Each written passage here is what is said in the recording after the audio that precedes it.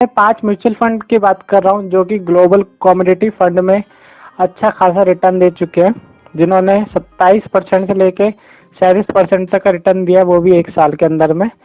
तो चलिए इस 5 म्यूचुअल फंड्स के बारे में जानते हैं। ये आपको पता होगा कि पहले बजट और फिर पीएनबी के फ्रॉड की वजह से मार्केट में काफ़ी गिरावट आई है।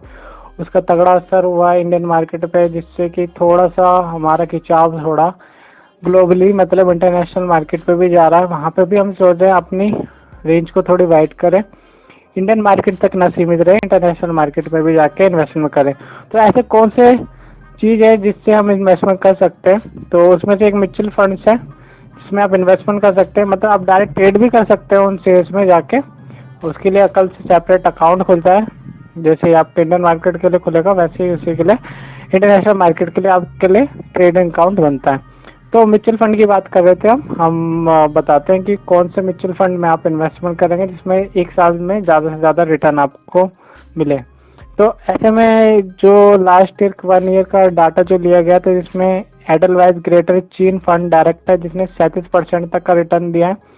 बहुत ही अच्छी म्यूचुअल फंड स्कीम है, इसने एक साल में बहुत ही अच्छा परफॉर्मेंस करा है और 37% रिटर्न मतलब बहुत बड़ी बात है।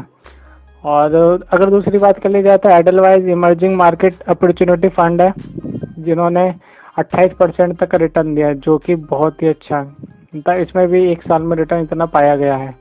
और एडलवाइज आशियाना ऑफशोर की बात करूं तो ये 27% का रिटर्न दिया। वहीं Kotak global emerging marketing fund ने भी 27% तक का रिटर्न दिया है।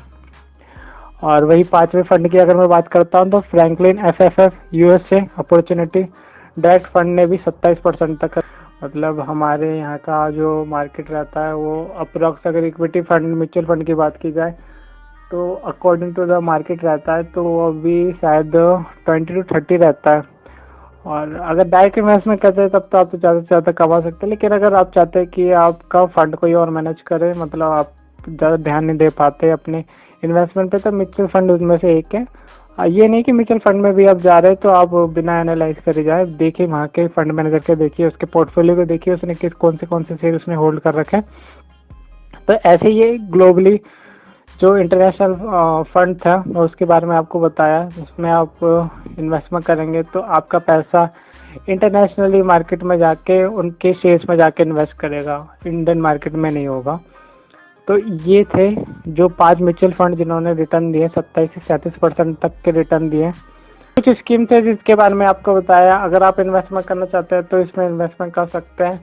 और जैसे कि मैंने बताया, अगर किसी भी अगर म्यूचुअल फंड को आप देख रहे हैं तो वहाँ के फंड मैनेजर का देखिए, पोर्टफोलियो देखिए, उसमें कौन से स्ट्रॉन्ग शेयर उसने ले रखे हैं, किस किस सेक्टर में वो परफॉर्म कर रहे हैं, और लास्ट ईयर के परफॉर्मेंस को देखिए उसके, और जिस शेयर में उन्होंने इन्वेस्टमेंट करा है क्या वो लॉन्ग टाइम तक रहेंगे कि नहीं रहेंगे, उसमें बारे में भी पढ़िए और फिर जाके इन्वेस्टमेंट करिए। तो ये 5 म्यूचुअल फंड थे जिनके बारे में मैंने आपको बताया। उम्मीद करता हूँ आपको ये वीडियो पसंद आई। अगर पसंद आए तो इस वीडियो को लाइक जरूर कीजिएगा, अगर कोई भी डाउट है तो मुझे कमेंट करिएगा, और इस चैनल को सब्सक्राइब जरूर कीजिएगा। नई वीडियो के साथ दोबारा लौटूंगा, तब तक के लिए धन्यवाद।